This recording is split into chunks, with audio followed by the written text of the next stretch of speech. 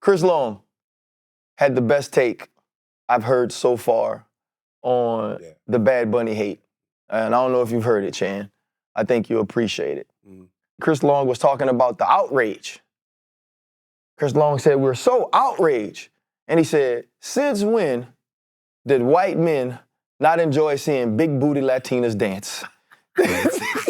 He said, when did this take place? But nah, Freddie G, man, you know, what did you think about the most watched halftime in Super Bowl history?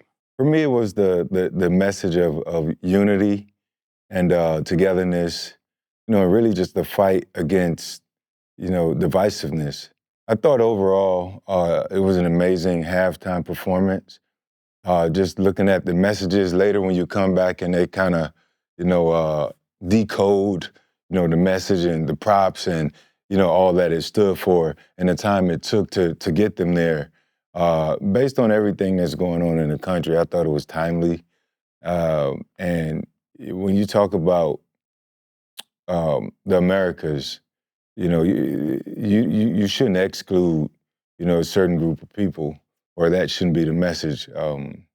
Because last I checked, if you were born if you were born on the continent of Africa, you're African. So as to Asia and Europe, you're European.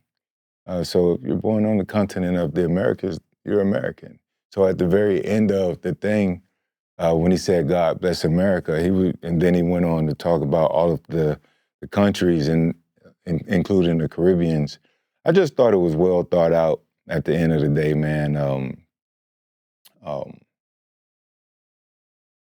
I thought you was gonna cry. No. I had the cry face too. I said, uh-oh.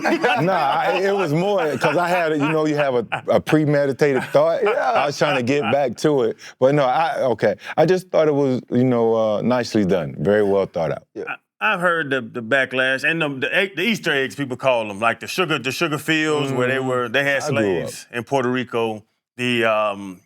All the little bodegas, the old lady that gave him the cafecito, she tried to be gentrified out of the place in New York. Like afterwards, I saw that.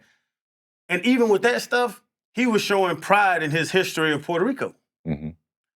It's just like Jordan, LeBron. If you think one's better, now you badmouth another one. You can't. If you're showing pride in your country, I'm not saying other countries bad. Did he say anything bad about anybody else? Or he just showed pride in Puerto Rico and the Caribbean and all the other countries? He was just saying, we're here, we're always going to be here. I asked, because I don't speak Spanish, and I didn't know what he was saying, but I did see the girls in brown. I enjoyed when he was on top of the bill. Anyway, I was like, was he bad-mouthing anybody? Was he doing anything? One thing he said, he was like, J.J. Barea got a ring before LeBron. Which is funny to me. But J.J. Barea is Puerto Rican. Upping up what you believe in, showing pride in what you believe in and your stance is not tearing down anybody else. And that's what I hate, how people are making it where, he's disrespecting America.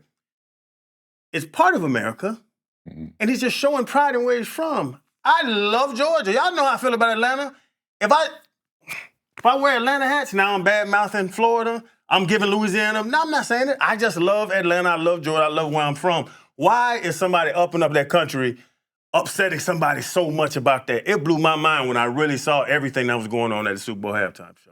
Yeah, I think the entire Super Bowl week culminating with Bad Bunny's halftime show was the first time in a long time I feel like America won, even though from top down we weren't all together.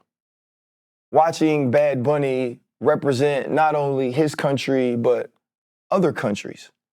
Watching him be a part of America and show people what America should be, that the only thing that can defeat hate is love, that together we are American. And seeing Pedro Pascal and Jessica Alba and Cardi B and Alex Earl and Lady Gaga, like it wasn't just about him. It wasn't just about Puerto Rico, but it is also okay to be proud in your ancestry when your lineage isn't one of racism and hate and evil.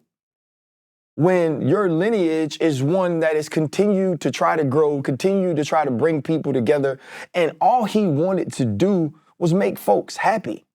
The music is happy. Even if I can't understand most of it, it was happy and it was fun. And the production and the cinematography was as top level as it's ever been.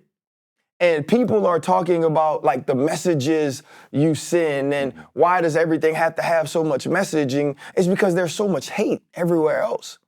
And so these people that are coming from these undervalued and underrepresented communities want to represent for those communities on the biggest stage because they're under attack. Like that's what happens.